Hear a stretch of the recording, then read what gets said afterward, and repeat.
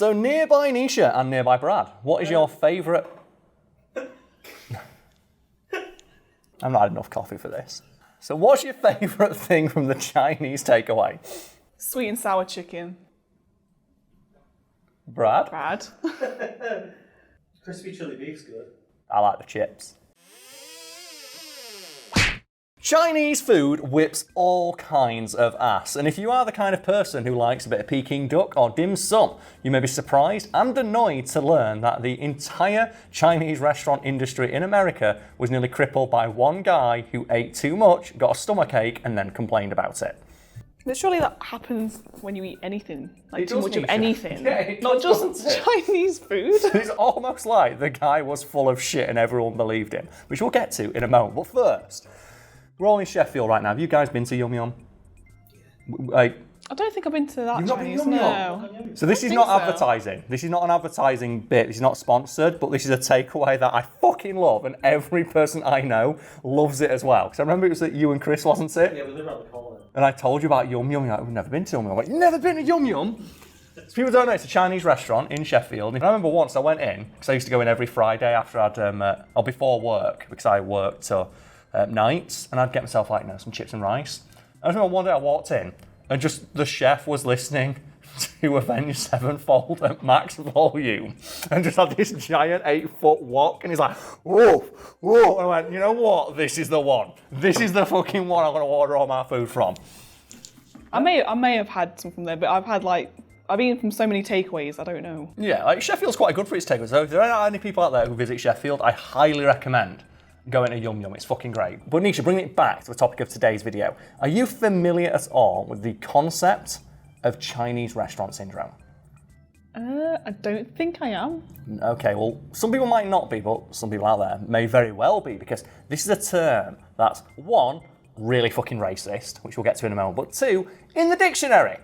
What? And it is described in the dictionary as a mysterious malady that sometimes affects people who eat too much Chinese food, and is characterised by numbs, aches, and even heart palpitations. Which, you know what, I'd say it's not a good takeaway if you're not having heart palpitations while you're eating it. So do you know that thing of like, if you're not having a take, you know when you're getting your drunk, you know, if you don't take your shirt off when you're finishing that 5th slice of pizza, what are you doing? What? Have you never been in a situation where you've had to just sit down and take a breather because the takeaway's too much? Yeah, I think... I'm just thinking about it, yeah. If I've had cheesy chips or a kebab at the end of the night, after drinking, obviously. Yeah. Because they always give you a lot. There's no better, yeah. I'm just like, oh, God. And your stomach's sticking out of your jeans. You're like, oh, you just look this at is a yourself. mistake. No, you just look at yourself in the mirror and go, I fucking love this. Just turn to Joey and put on your turkey pants. That's the one. No, they're my maternity pants, the turkey pants now. I'll still never forget the story told by Lucas, who can't be with us today, but will be here tomorrow, which means nothing to the people watching it after the fact. Where he said he bought a takeaway, like a kebab, and he woke up in the morning with his face on it. Oh, no. It's just, that thing, he'd walk up using the kebab as a pillow. And he just had a whole sauce down the side of his face, and all chili sauce in his eye. And he just walked up and he just went, and just started eating it. What is life? Oh, no. We didn't eat it. Do you know the thing you do when you're drunk? When you're drunk, it makes sense, but then you don't know why you did it when you wake up sober. And he put a kebab in his bedside drawer. So he woke up, but he didn't know it was there. And he'd come back at 3, he's like, my room fucking stinks. He opened up his bedside drawer with just this kebab in it. I told you about my grit chicken, didn't I? The grit chicken? What's the grit in? What's that? It was chicken and chips. I dropped it on the floor trying to get into my building. Picked it up and kept eating it. Oh, And no. I then scooped it up. And in the morning, I woke up, looked over, it was just full of rocks. And I was like, why? Fibre there, isn't it? Getting them gizzards. But yes, to bring it back to Chinese restaurant syndrome, first things first, it does not exist. Countless studies have proven that it does not exist. It is not a thing. It is mostly, if not entirely, psychological. It's sort of like a placebo effect, if you will. If you tell someone, oh, eating this is going to give you a stomachache, you eat it, and then, oh, I've got a stomachache. Yeah. It's like, do you know that thing about people that eat something, get stomachache, and go, oh, it's food poisoning? And then you tell them. When you eat something that you think, oh, it's slightly out of date, Yeah. or it looks a bit off, so you think it is off, so then you eat it, you think, oh, no. Yeah. it's off. It's poisoned me, and it's not. It's fine. Chinese restaurant syndrome does not exist, and it's also like super fucking racist. And like Asian people understandably want to get that term removed from the dictionary because it unfairly singles out Chinese food. Yeah, like I said earlier, like if you have too much of any food, you're gonna feel like shit because you've eaten too much. Yeah, exactly. So if you eat too much of anything, you're gonna feel like crap. If you drink too much of anything, you're gonna feel like crap. If you drink too much coffee on an empty stomach, you'll feel bad. You drink too much milk, you drink too much orange juice, too much fizzy pop, too much water can make you feel bloated and ill. For anyone curious, like why Chinese food specifically, it's because Chinese food tends to contain quite a bit of MSG. And are you familiar with what MSG is, either of you guys? It's a sodium salt or something. Yes, that is exactly right, Brad. And it is a flavour enhancer in the truest sense of the word. And it was literally invented so that they could make cheaper staple foods taste nice. And if you ever had pure MSG and you put it on virtually any dish, it makes it taste nicer. Yeah. Like, as you might expect, it's a flavour enhancer. And it's the reason we now know the fifth flavour profile, umami. Which is commonly found in a lot of like hearty foods, and especially in a lot of Asian foods. Like ramen broth is described as being like very umami. Like chicken stock is again an umami flavour, and MSG enhances the umami flavour, which just makes food taste amazing. It makes it taste like you seasoned it with angel's dandruff. And it was invented by a guy who just wanted to make ramen noodles taste nice for poor people. That was his whole reason for inventing it. It's like, well, poor people, they can only afford ramen and it tastes like shit. Like, it's plain, it's awful, what can we do to fix this? Oh, I'm going to invent MSG, now it tastes great. Now this staple food that you have to eat and it's the only thing you can afford, tastes great. And then we've had 6 decades of people saying it causes everything from heart attacks to cancer. And a meta-analysis of every study done on MSG over the last 50 years has shown that there is absolutely no risk posed by it. It is perfectly safe. And what makes it worse is that all of this was caused by one guy. It just baffles me that one person can make such a difference and stuff like that. It's shockingly similar to the vaccine issue. Yep. It's a loud minority. If you want a very well-researched, comprehensive breakdown of the vaccine crisis and Andrew Wakefield's role in it, I recommend H-Bomber Guy's video, which I contend is like up there with like documentaries produced by the BBC in terms of its quality. But bringing it back to Chinese restaurant syndrome, that owes its existence to a single letter written in the 1960s by a guy called, and I have his name here, Dr. Robert Ho-Man Kwok. And according to Dr. Ho-Man Kwok, in the letter he wrote to, and we get it here, the New England Journal of Medicine, he wrote them a letter complaining that after he ate a lot of Chinese food, he felt sick. And in his letter, he expressed that, well, I don't get this when I eat like other kinds of foods. Maybe, and that's the opposite word, maybe it's caused by the large amounts of MSG present in Chinese food.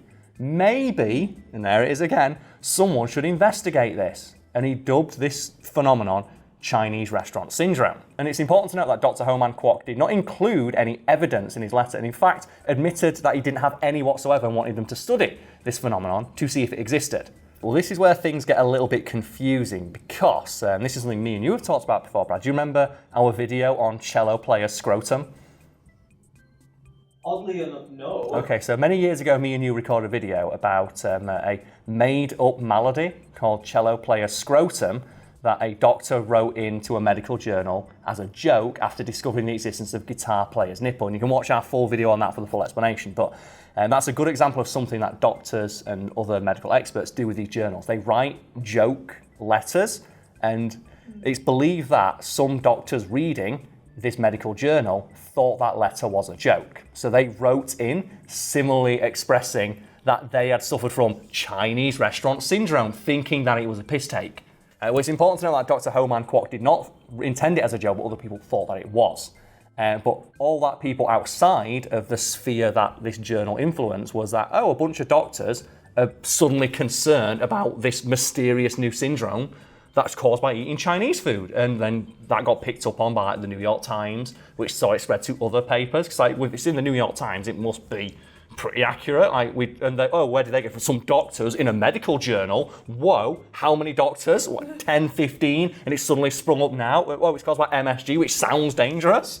And it spread, and it spread, and it spread, and it spread, and it's still prevalent today, 6 decades later. Many years after, this thing became well known, became solidified in pop culture to the point where it's like even in the dictionary. I think it's This American Life tried to discover the origins of it and tried to track down Dr. Ho-Man Kwok. And while they were doing that, they got a letter from a guy called, and I have it here, Dr. Howard Steele. And according to him, his friend bet him $10 that he couldn't get into a medical journal. So he penned this fictitious letter and sent it in. Howard Steele was completely full of shit because he additionally claimed that Dr. Ho-Man Kwok did not exist. And he also claimed that his credentials of being a researcher at the National Biomedical Research Foundation were false. And he was surprised that anyone fell for it because if they'd have done a modicum of research, they would have found out that one, Dr. Ho-Man Kwok did not exist, and two, the place he supposedly worked at also did not exist, which confused the researcher he contacted because while they were researching, they found out that not only did that biomedical research centre exist, but they had a Dr. Ho-Man Kwok work there. And they had contacted his daughter who was aware of the story. So they thought he wasn't real, but he's actually real. We don't know what happened. This really muddied the waters on what went on. It's just like, what? And the working theory is that this Dr. Howard Steele, just for some reason, inexplicably, wanted to claim responsibility for this horribly racist rumour that nearly bankrupted a bunch of Chinese people for a laugh. Very ironic surname.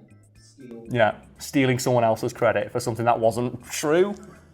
And that, it gets a little bit worse as well, because when he was trying to say, oh yeah, Dr. Ho-Man Kwok didn't exist, which is obvious because that's not a real name. Who's got a stupid name like that? And the researcher's like, well, I found there is a guy called Dr. Ho-Man Kwok. I read his obituary, I've talked to his family. Isn't that a bit offensive to them? He's like, oh, no. It's like, yeah, it's not a real name, obviously. It's like, but it is. We know where he's buried. We've been to his grave.